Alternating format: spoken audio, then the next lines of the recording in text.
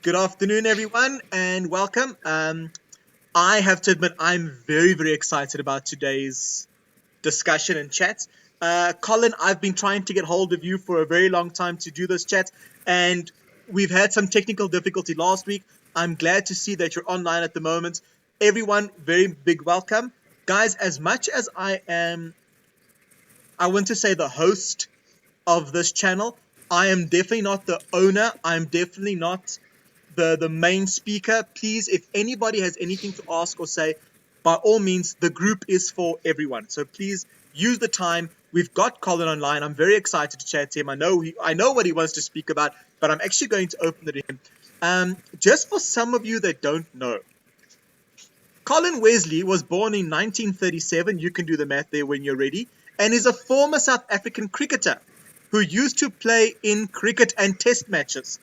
So, he played first-class cricket for Natal from 1957 to 1966 as a middle-order batsman and a left-arm spin bowler. Now, guys, he toured England and all these things, and he is now the owner of Wesley's Chain Tobacco Stores in South Africa.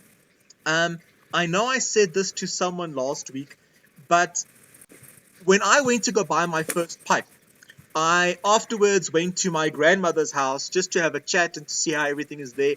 And while I was sitting there, I said, "Oh, I went to Wesley's." She goes, "Oh, you mean Colin Wesley?" I said, "Yeah, how do you know Colin Wesley?" "Oh, he used to be a cricketer," which I didn't know. Oh, I had such a crush on him. So, Colin, we are glad to see that you are here. Look, I'm going to say you're a handsome man, but we're not going to take it any further than that. And sorry that I don't have a crush on you, but I really enjoy what you do. Colin, I'm going to immediately just hand over to you. What would you... No, before we say what would you like to speak about, I want to know, how did you go from cricket to opening up a chain of tobacco stores? Sorry. No, my father had a newsagent tobacconist business in Durban, where I grew up.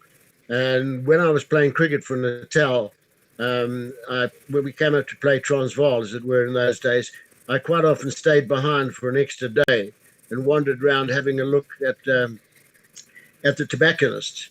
And I found that we had more tobacconist products than quite a few of the tobacconists in Johannesburg.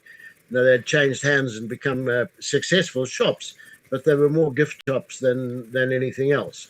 So when the Carlton Centre was opening, a chap who had been at university at Natal was on the letting side of Anglo American, and he came to us and approached us to open a shop in the Carlton Centre. And in all our innocence, I was recently married at that time, and all our innocence, we said, "Yeah, that sounds like a good idea." So that's what we did. And then about a year or two later, I read an article of the chaps in California, the chaps called Tinderbox, were franchising pipe shops, and franchising was very new to South Africa.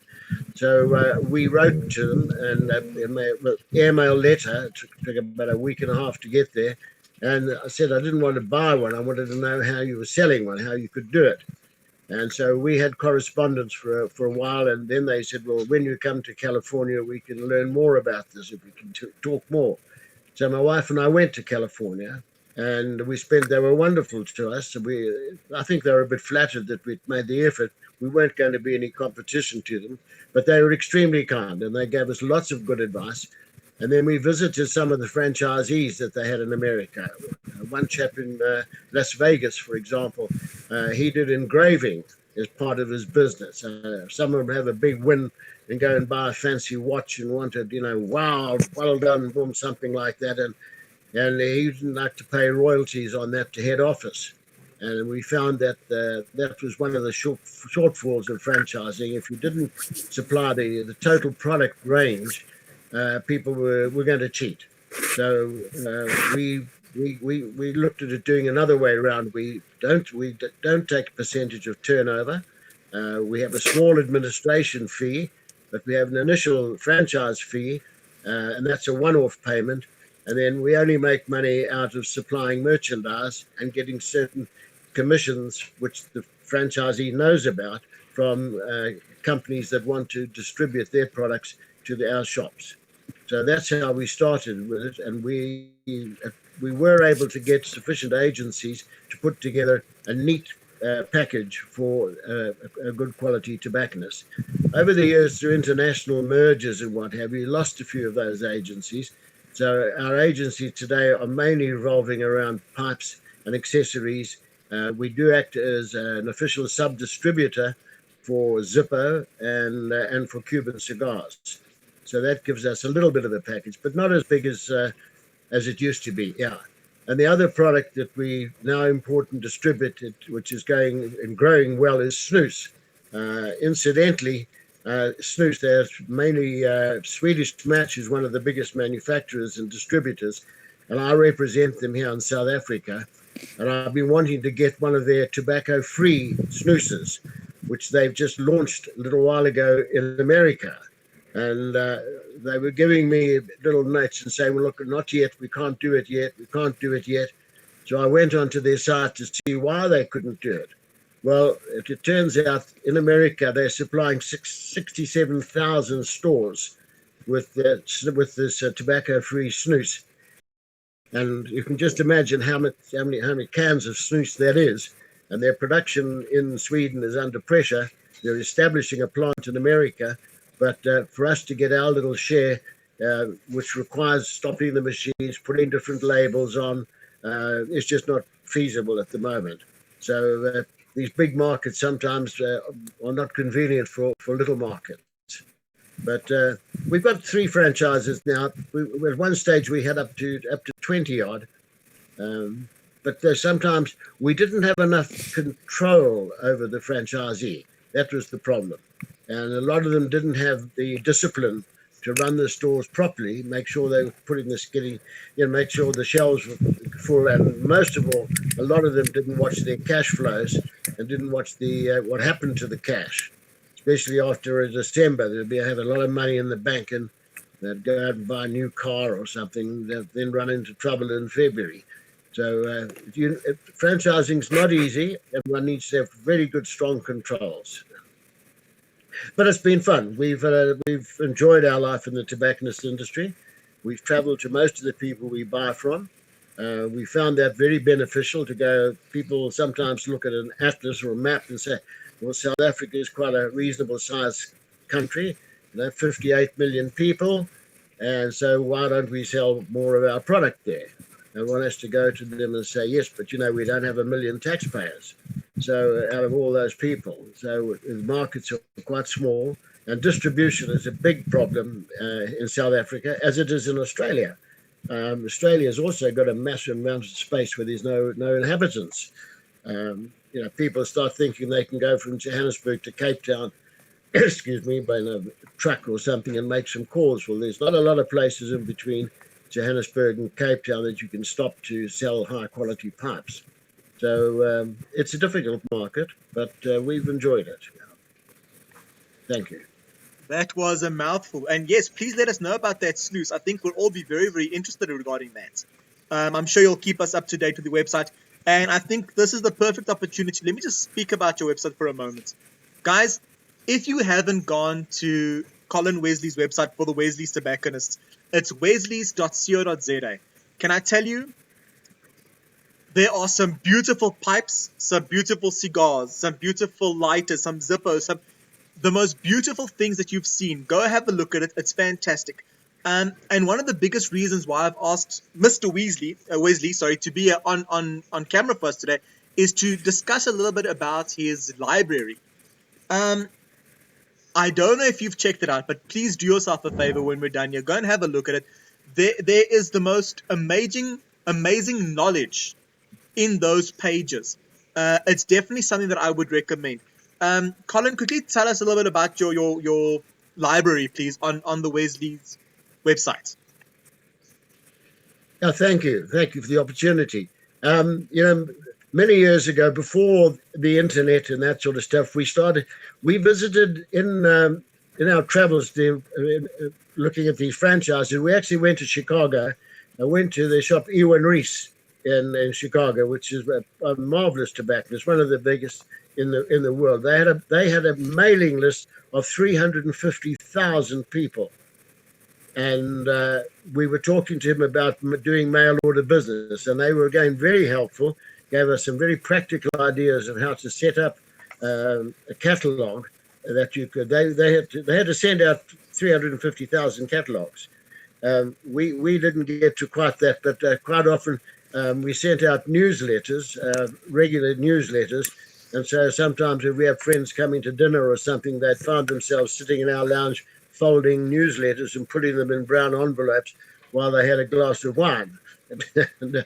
But you had to give information.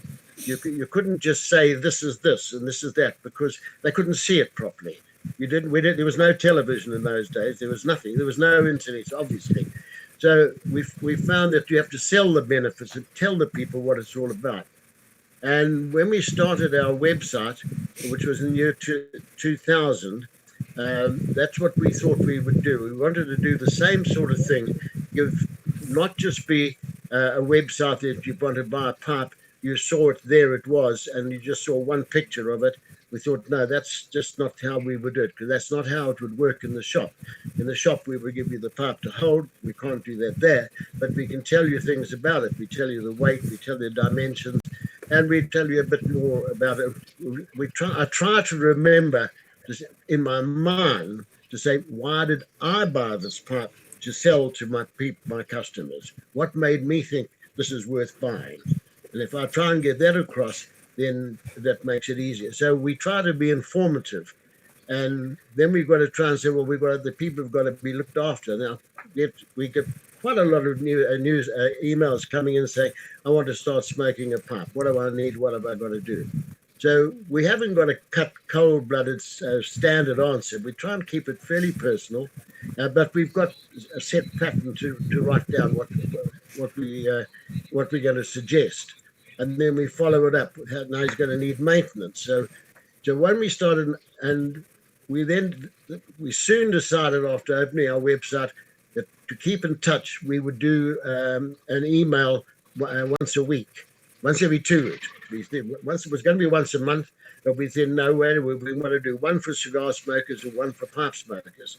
So it'll be one every 2 weeks. We'll be sending out a newsletter, an email, obviously a blog, to the people. It must be something informative, and that's not a hard sell. It's a soft sell, and we usually have a special offer with each following up on what's been spoken about. And I was told then, if you start doing that, you've got to make sure you do it every week, every 2 weeks. So from being a shop assistant, a little shopkeeper, I had to become a semi-journalist as well. But with the internet now, one can search around and find invariably something new and interesting to talk about. But in those blogs we have there, if you go and look at them, we've got hundreds of articles there. But you can go and you can find a section there where you can press the button and break it down into subjects like pipe maintenance regularly, pipe maintenance or longer term, all sorts of things like articles on the difference between this pipe knife and that pipe knife and this pouch and that pipe, where we explain the benefits of each product. So it's very informative, as well as trying to sell the benefits to you, and you can decide which one you want to buy. And that's been quite successful. We're getting more local business now. As I say, people are looking for better quality items, and distribution here is not great. There just aren't the outlets that are prepared to invest in what's needed to run a proper good quality tobacconist. So you will find lots of information there. Very easy. You can go look it up. You can go say reaming and cleaning. And so you go along there, you might find 3 or 4 articles there. Then you just go back into the main thing, press on that button, and up will come that article. And you can read the article there. And similarly, for people who smoke cigars, we've got a section for them as well. But it is... It's I won't say stressful, but it's onerous. It has to be done. It's like having a shop. If you've got a shop, you've got to be there. And if you say you're going to be there from 9 to 5, it's no good being there at 9:05 you must be there at 5:29 at the latest. So we have to get these things done timeously, and it's quite fun. We get good responses from it. Not always a lot of sales, but people like to get them and they make nice comments. Yeah. So if you've got when you've got time to relax, light your pipe up, go into our archives, and just browse through all the articles that are there. You see something that takes your interest, press the button, read about it. If you've got comments to make on it, well and good. I'm always receptive to the comments, even if, well, especially if they're pointing out if I've made an error. I'm quite happy to be told that. I think positive criticism is the correct word there. And I think I agree with you there. Everybody appreciates positive criticism. So if I've made a mistake, correct me and help me. Help me to learn. I don't know everything. You don't know everything.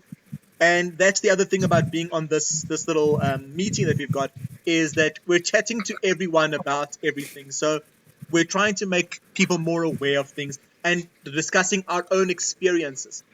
Um, Colin, I think I agree with you. You've got a wealth of knowledge on that website. I'm so glad the internet is there, because I think it's so easy for everybody to be able to get their hands on that information. And I myself, I follow your page, and I get the newsletters via email, and I truly appreciate that.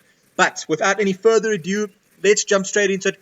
Colin, before I get into you, can I request? I don't want to mute everyone by myself. Can I ask that you personally mute yourself? And then if you've got something to add, please don't hesitate, jump in, ask that. But please just for now, mute yourself. And then, Colin, I'm going to get straight into you. Please, what would you like to discuss this week? Okay, well, you've done enough introduction for me. Um, sorry, I wanted to talk to you today about the why we sell so many bent pipes these days. What's happened?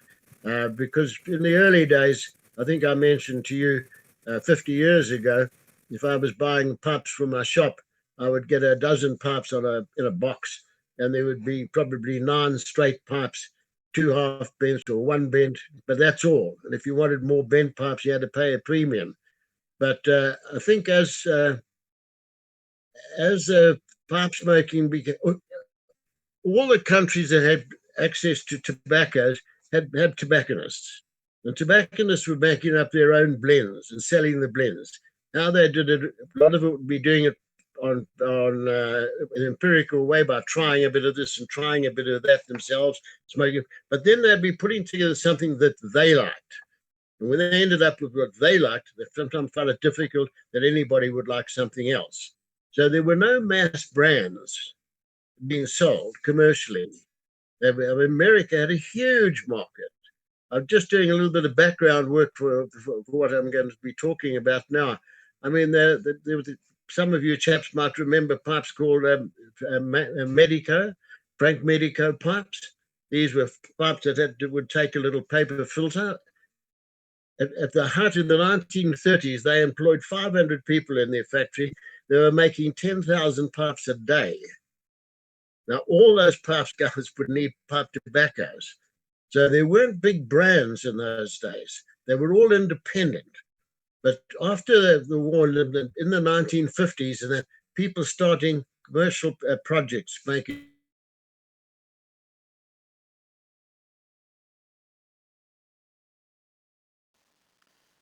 Colin, just give me a moment. Someone has been muted.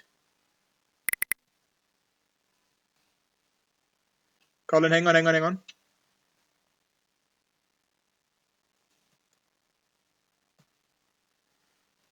Whoa, Colin, sorry about that.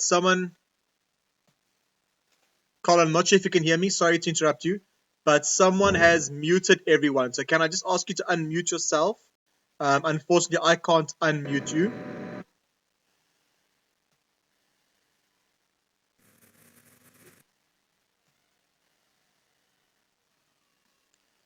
If you tap on your screen, Colin, there should be 3 things at the bottom. One should look like a microphone. If you can just tap the microphone, please. Sorry about that.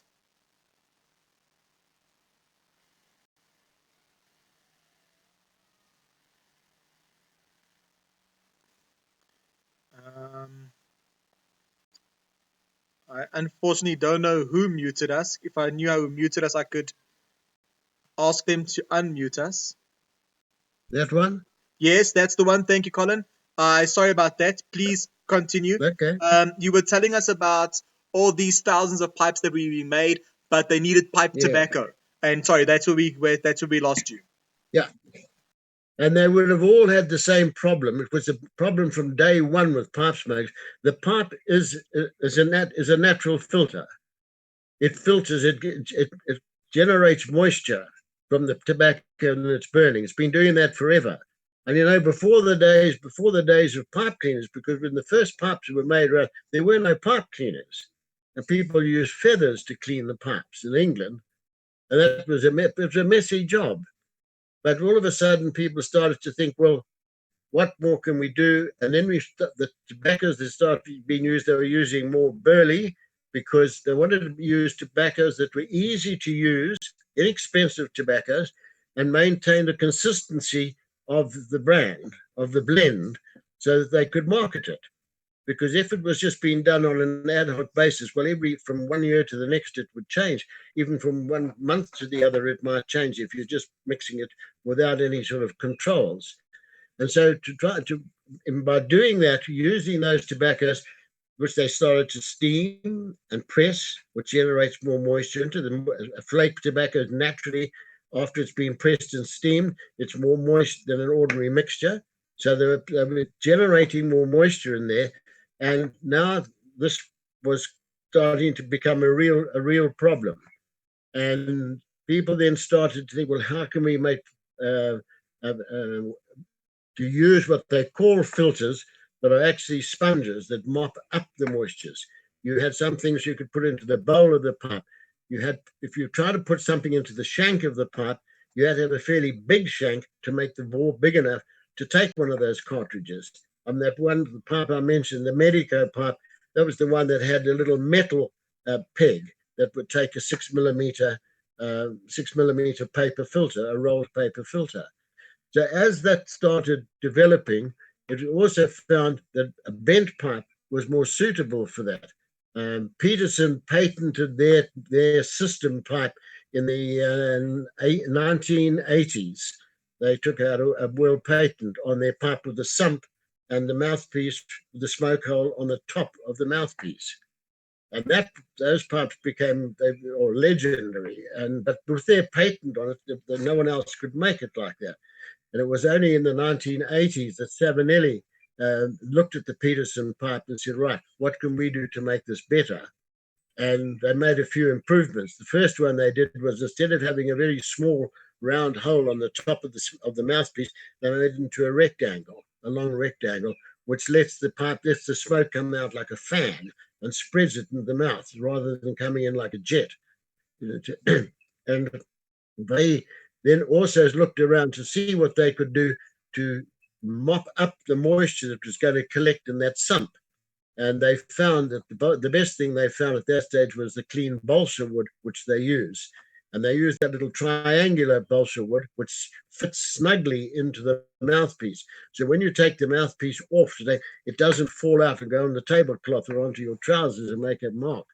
It's stuck there. You have to pull it out, and they call that their dry system because it was a dry smoke. It was mopping up all the moisture, and that's become very successful. But then we had the introduction of the Teflon peg. Now the Teflon peg has been the most incredible innovation in the pipe world. First of all, it virtually wiped out the idea of you sitting on your pipe and snapping the peg or dropping it on the floor and snapping the peg. And in South Africa, we've only had one or two chaps who've done pipe repairs at all. Before that, there was nothing. The bloke had to buy another pipe because there was no way to get a mouthpiece done. So the Teflon peg did away with that. But also it can take either a 6 millimeter or a 9 millimeter filter, as people call it, and it has standardized the inside bore of the shank. It's either 6 millimeter or 9 millimeter. So if one bites through the mouthpiece and you want a new one, It's very simple now because you can buy one that's got either a 6 millimeter or a 9 millimeter, and it will fit perfectly into the shank. The only problem is the outside diameter may be a millimeter too big or too small. So you might have a ridge from the mouthpiece into the shank or from the shank into the mouthpiece, but it'll only be about a millimeter. And people say, well, look, that's fine. And they're quite happy about that. So then with all these cartridges that come along with either the meerschaum granules or the charcoal granules, they're the ones that mop up all the moisture. Now these can be fitted into the shank of the pipe, and with a bent pipe, you've also got the advantage of gravity working on it, drawing moisture back down into the bowl or into that sump, as they do with the Peterson, and which they do with the Savinelli dry system. And we have another one that we've had made for us, our one called Marker Dry, which also has a built-in sump on the outside of the bowl. So I think that's why it's been a change in the development of the tobaccos, that by putting in these tobaccos that would hold moisture, and obviously they also hold flavorings. If you look at in England, where the English blends were first made, they weren't allowed to use any flavorings. They were allowed to put a small hygroscopic element in to maintain the moisture, but they weren't allowed to put a flavoring in. And that was purely for financial reasons, because the kings made a lot of money out of the tax on tobacco, which is why the warehouses for tobacco traditionally have always been in the docks, in bonded warehouses. And if you wanted to draw it out, you paid your money and got it out. But the king would got his tax. But if you'd taken that pound weight of tobacco and added some flavoring, even a 10% weight increase, the king hadn't got his share of the 10%. So he said, you can't do it. So they became the master blenders for natural blends. But those are expensive. If you look at the Davidoff range of tobaccos, for example, they've got 5 blends that we get in South Africa. There's the red, blue, and green, which have got their own mixtures, individual blends, and then they're all one price. And then they've got their 2 that have got no additives in at all. Those are all pure natural tobaccos, and they're more expensive because more tobacco costs more than flavoring. And so it's been that trying to stabilize the consistency of the tobacco blend by using a certain number of chemicals and to make them less expensive. It's changed things like this. So now we've got more people wanting to have pipes that can take these cartridges 9 millimeter or 6 millimeter, and they fit perfectly into the bent pipes. So I think that's what's caused we sell very few straight pipes these days, but I see when we get estate pipes, especially pipes like Dunhills, if they're coming from the 60s or 70s, maybe even up to the 80s, we get very few bent ones coming in. They're nearly all straight pipes because that's what was being sold at that time. So that's what I think has caused the upswing in the role of bent pipes. And I think people have got the fact that they are very comfortable to smoke. I mean, it's so much more comfortable to sit with a pipe that half the weight is taken off your teeth by the angle of the bend. You've got it in your hand, you sit back and relax, you can talk, you can have a drink, you can chat around it, and they're very comfortable and very beautiful. So that's what I think has been the main cause of it's the change in the development of the tobacco. If you've got any questions, you can have a go at me, see if I can answer them for you. Firstly, I need to agree with you there. Can I tell you, I love my straight pipes. I do sometimes find, depending on the tobacco, I get a bit of gurgling, which I definitely get less gurgling when it comes to my bent pipes. But I 100% agree with you regarding the comfortability. So if I'm just sitting having a smoke and I've got my straight pipe, it's very easy to hold and smoke and take out. But as soon as my hands are busy and I need to clench my pipe, a straight pipe can kill my jaw. So I think that's 100% correct what you're saying there. It's just a little bit more comfortable to have this bent pipe resting in your mouth. Yeah. The look when it comes to bent pipes can definitely be very, very pretty. I know that I personally am a very big fan of the calabash look. That whole Sherlock Holmes idea is just stunning to me. So, no, thank you very much. Guys, please, like I said, I know Colin is here. Use him while he's here. Please, is there anybody that's got any questions?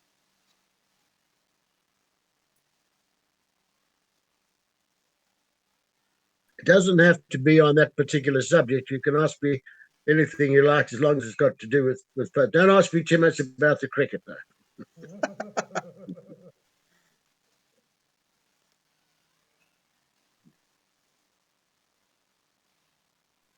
Okay, well, Actually, that's Colin, not true because I love all the forms of cricket. I was actually quite involved in the introduction of limited overs cricket to South Africa. very interesting. Colin, Okay, if well, I may ask you, quite interesting, the actual pipe smoking culture in South Africa, is it busy increasing? Is it still on the decline? I tend to see more and more pipe smokers in and around, and especially with the youngsters, the young Afrikaans community, because obviously that's why where I move around in. On your pipe sales, on your side, have you picked it up? Is pipe sales increasing, or is it still steady on as she goes? I think pipe smoking generally is going up again, but I don't think it'll ever get to the heights that it had 50 years ago. You won't get anybody making 10,000 pipes a day. I mean, if you people, the Kaiser pipe, for example, that or Kaiser pipe that you see in South Africa. Now that pipe was made and is only sold in South Africa, and that pipe was marketed by a company here called El Suzman, who were the biggest distributors of cigarettes and tobacco products in South Africa, and they did a wonderful job with it. That moisture system worked. The mouthpiece being made out of nylon, it didn't have a separate peg, so if it was dropped or got stood on it wouldn't break. And they did a fantastic market in the rural areas. I mean, I think just about every farmer in the country who smoked a pipe had a Kaiser pipe. But even those, well, they've become quite expensive now as well because it's a limited production.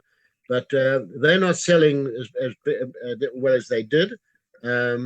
But we do also see that a lot of people who smoke cigars also smoke a pipe occasionally because cigar smoking is quite an expensive pastime.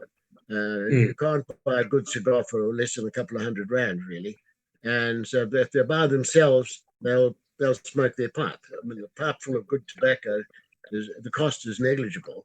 So, but they smoke those at home. You don't see you can't see as many people wandering around with a pipe outdoors because they're not allowed to. But pipe sales are still okay. We're still surprised at times how many pipes over a year that we sell.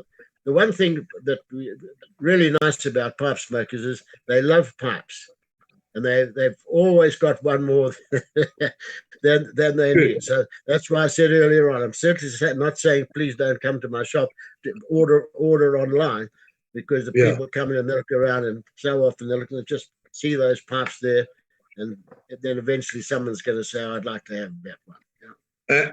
And your best-selling pipe brand, I would venture probably Peterson at the moment. Peterson, well, the best brand we've got is Savinelli. Yeah. Yeah, but the highest best seller. Yeah, and then but we're developing the ones called Marca. These are made by a company in outside Milan in Italy. They don't have brands of their own. They make brands for individual pipe people. I mean, there was a pipe sold mainly in Canada called the Carey pipe with the magic inch, which was a space to catch the moisture in the pipe. They made those, and that pipe, incidentally, was only sold by mail order or online now. They sold thousands of them. And they make pipes for us under the brand Marca, which is the Italian word for brand. And so we have a Marca Dry, which has got the system. It doesn't have the mouthpiece with a hole on the top, but it does have the sump, the built-in sump. Then we have the Marcus Snug, and then we've got the ones called Mignon, and yeah, those are the ones. Those are selling well now. Okay. And of course, we've Thank you. got Stanwell pipes, which are we're one of the top pipes in the world at one stage, from made in Denmark, but now they're made in Italy, and the quality is still very good. Yeah. Okay. Thanks. Appreciate it. I myself actually have a marker dry, and I have to admit I am extremely satisfied with it. It's one of those that just always goes to my hand. No matter what I'm doing, no matter where I'm sitting, if I feel like a good smoke, the first thing I grab is my marker dry. So, Colin, I have to admit, thank you very much for that pipe. I'm so glad that you actually brought it into your shop. It's really something amazing to have. I would definitely recommend that to anyone that's interested in getting a new pipe. Good, thank you. Yeah. Gents, any other questions that you'd like to ask Colin while he's here?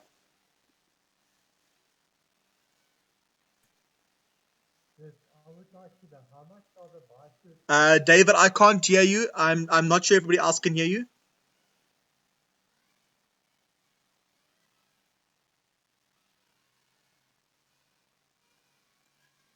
Okay, I'm not sure if I can hear him.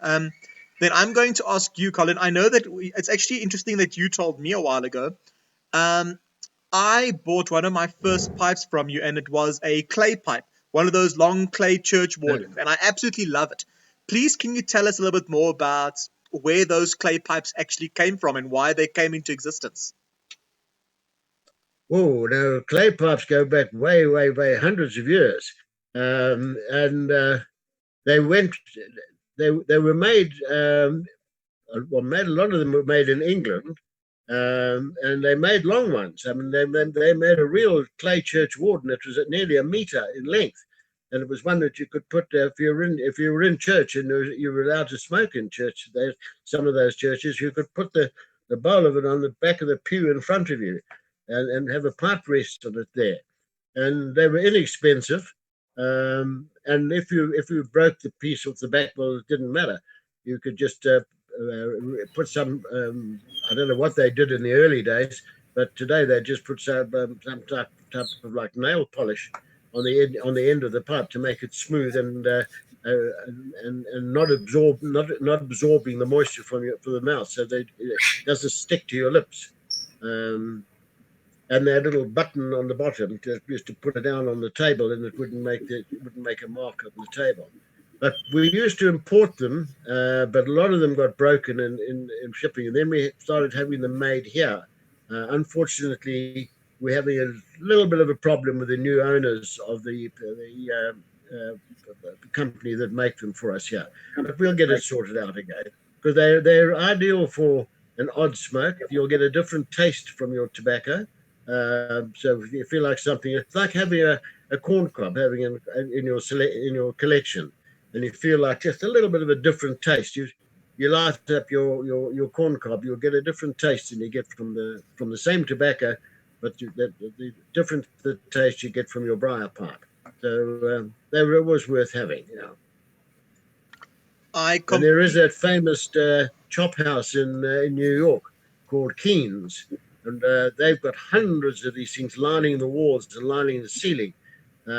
People used to go there, and they would be, after the meal, they could rent a pipe or they could buy a pipe, and it would be put back there with their name on.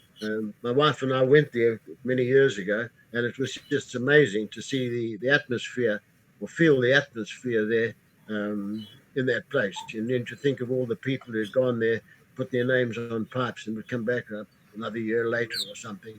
Where's my pipe? Let me have my pipe. And they were all numbered and that sort of thing. And it's still there. It's still there. You know, Keen's Shop House. Yeah. I think that would be quite amazing if we could start something similar here. I think that would be fascinating to actually go there and find your pipe after a year of being somewhere, especially for all of us that are traveling. I think that would be fantastic. Colin, I don't know if I'm correct. I'm sure I heard this from someone. You'll have to excuse me. I don't know who. But another thing that about the clay pipes was you could go to your local pub and get your pipe there. and they used to make the small clay pipes. But the problem was that no one wanted to put their mouth on another person's pipe that they had smoked. Yeah. So they used to break the tip off and then carry on smoking. But the problem was, because you had such a small pipe, the pipe would run out very quickly. Let's say 3 smokes, and then you'd have to throw the pipe away because it was completely broken, the stems off.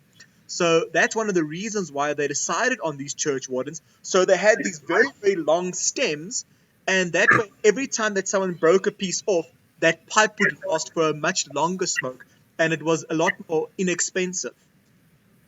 No, I agree with you. I'm just your problem. I think the publican would have probably had long ones there, which he would like to either rent out, for some. And you're quite right. They just to break the end off and let him take that away, so he could throw that away, and they wouldn't have to worry about it. But the next person would get a clean-ended pipe. Yeah. I think that would be essential in today's atmosphere. That would be absolutely essential. Well, the whole thing of not being able to touch anyone or going close to anyone, at least if I had a 6-foot pipe, a 1.5 meter pipe, I'd know I'd be safe. That would be quite astonishing. You could use that for social distancing. You know what, you're talking about being able to sit in your church and have your pipe rest on the pew in front of you. I think anybody that's adventurous, don't you want to try that the next time the church is open? And just put your pipe on the pew in front of you and smoke it. And let's just see what happens. And if you don't mind, video record that. I'm sure we'd all love to see. Well, I think it's the other way around. I think they got stopped at some stage because, the story behind the ordinary church warden pipe is the church wardens weren't allowed to smoke in the church, which is why they had the long stem pipe, because they could put it out through the window and smoke it while they were standing on duty in the church. Colin, you'll have to excuse me. I think I've got a question here from David. I think this is what he's trying to say. How much are your bifords worth these days? Bifords. I think that's correct. A biford pipe. Yeah, they're hardly made. I don't think they're made anymore. When we get them from in the States, I've got a few in the refurbished pipes that are coming up a little bit. We sell them for about $5.95 or $6.95 if they're in good condition. And they're, funny enough, we very, very seldom get any bent ones because they never made very many bent ones. Their moisture trap was pretty good and worked well in straight pipes. But they've simply died out now. I think they're too expensive to make. Okay, I'm not sure if he's busy typing and I think he's got a follow-up question. Sorry. What he's trying to say is, I have my dad's biford pipe.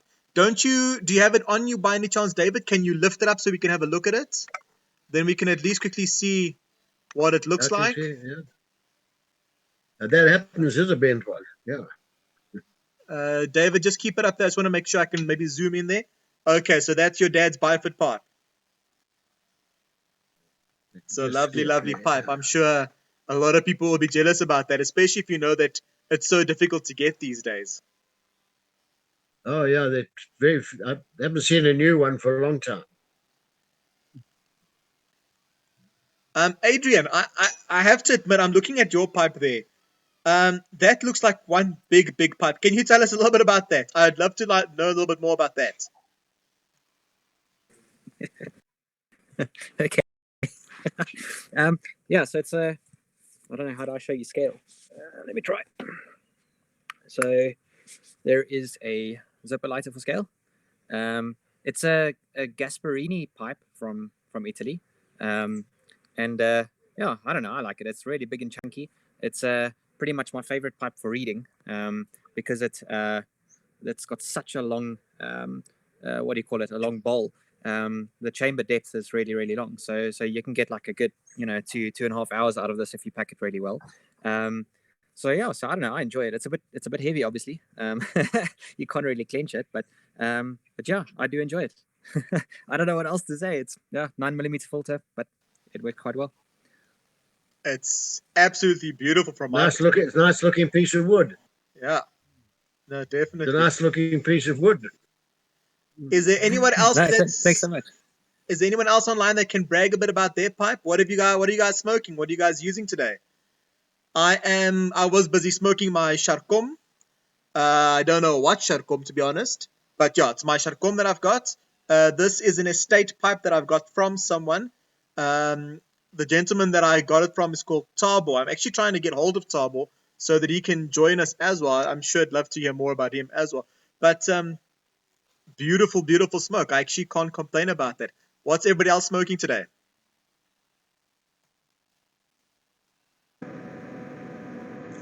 I bought this one from Wesley or my wife. It's a Marca. It was on our first anniversary 8 years ago. So yeah, this is my favorite pipe. That's a Marca Palmer, Parma. Yes, Yeah. you Now, emailed me that about was a one week of the ago first about pipes we bought from this company when we were just testing out their products, because okay. they made that under that name. That's a name that they used for one or two people. So they sold us those, but we didn't want to use that name. We wanted to have. They wanted us also to have something our own name.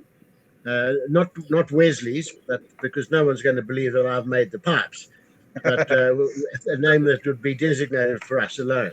But the Palmer's a nice, and now that's got the little hole on the end of the Yes, mouthpiece. Yeah, not on the top, just on the end. yes. Yeah. No, but Yeah, a nice it's on pipe. there. Yeah, Nice pipe. it's a lovely pipe. It smokes well. Mm.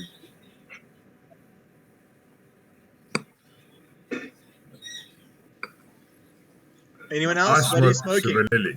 Sorry about that. Yeah, sorry, you're Hi, talking. Colin. Excuse me?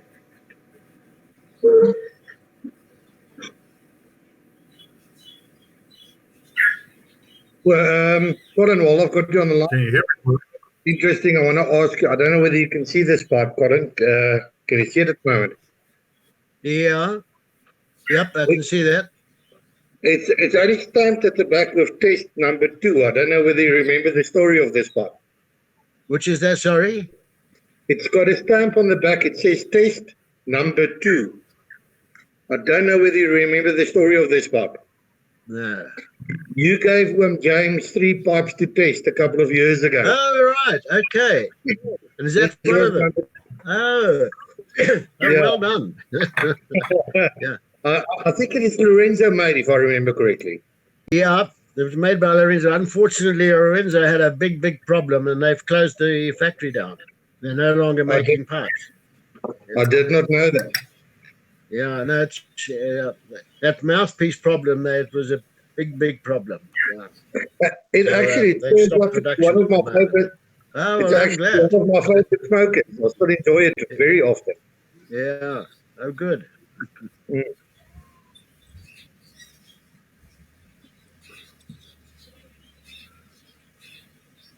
Hi.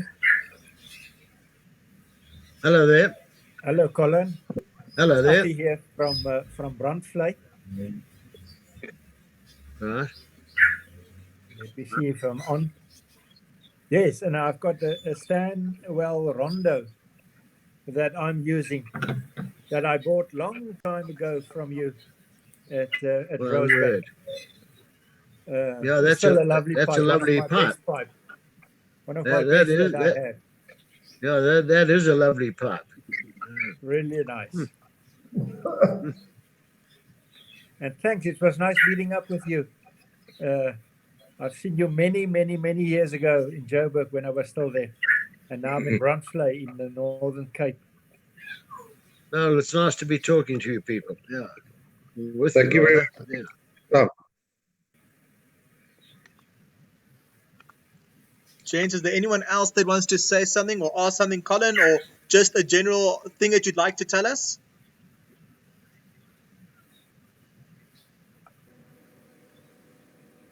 No, looks pretty quiet.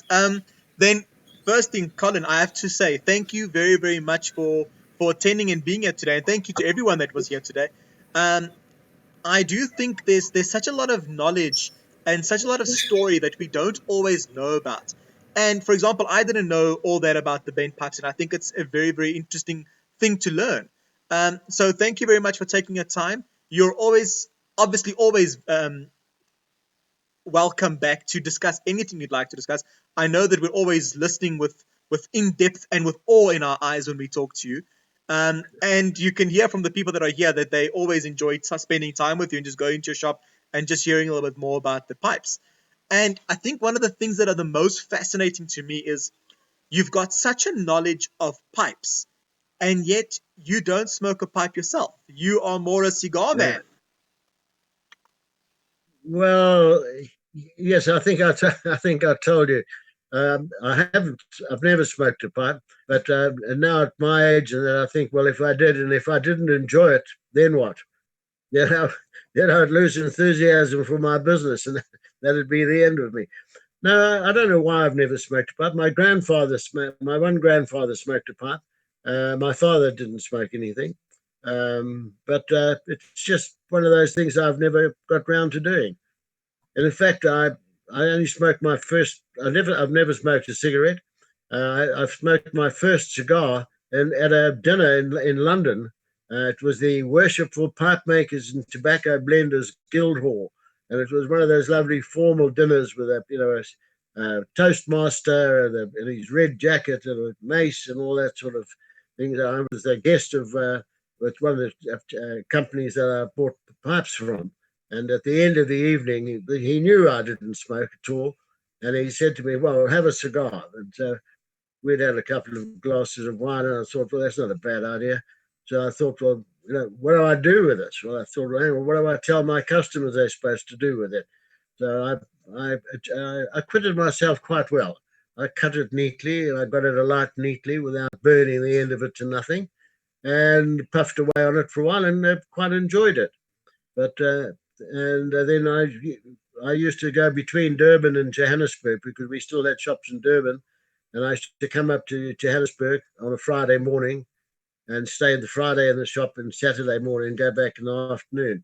And sometimes on the Friday night I would go out for dinner, sometimes by myself, and I would take a cigar and I would smoke it. And I think it was about 6 months before I told my wife that I actually had started smoking the odd cigar. But it stayed at that. I don't smoke a cigar every day. It's something I like and I enjoy, but it's not something I do every day. I know this is a difficult question to ask, so please feel free to deviate. But do you have a favorite cigar or one of your favorites? Is there something that you would rather reach to when you go for a cigar, or do you have a favorite that you only smoke? No, I have a favorite type of cigar that I smoke. I only smoke pure 100% tobacco cigars. I don't smoke any flavored cigars. But I haven't got anything. I mean, in the smaller cigars, the ones we used to buy from Europe, from Belgium, were beautiful. The smaller Dutch type cigar, they were lovely. I don't smoke very big cigars anymore. Very few people do now because it takes you 2 hours to smoke them, and one of them hasn't always got 2 hours. But no, but you've got to be quite careful with the cigars as well. I mean, I have made in the past, well, not anymore, but to try and smoke even a medium-sized Cuban cigar and you haven't got anything in your tummy is not a good idea. It really isn't. So one learns these things. Yeah. But no, anything that's a nice, reasonable size. I don't think I could go to one of these 60 or 65 ring size that people are smoking in America. I mean, we saw a couple of chaps at a trade show last year in Germany wandering around smoking them. It looked awful. I think they're huge, and they can't really get them comfortably into your mouth. You have to put it just against your lips and draw on it. What they do on those very big cigars is they take a punch and they make three little holes, like a triangle. So you get three little outlets for the smoke to come through to get a decent mouthful of smoke. Yeah, I think they're just too big. Yeah. Well, then, Colin, I'm going to stop you there officially. I'm going to say once again, thank you very much for joining us. It's always best to leave people wanting to find out more. So we've been on for an hour. That's where I'm going to stop it. Thank you. Gents, once again, thank you very much for joining us. Colin, you've been amazing. Thank you. My pleasure. Thank you very much. I'll come back next Saturday. Excellent. Come and amazing. listen. Thank you. Thank you. And guys, goodbye and happy Yeah, smoking. so thanks to all the other fellas. Nice to talk with you. Nice to see you. And thanks for the support you've given my business at times. It's all appreciated. Thank you. Thank you.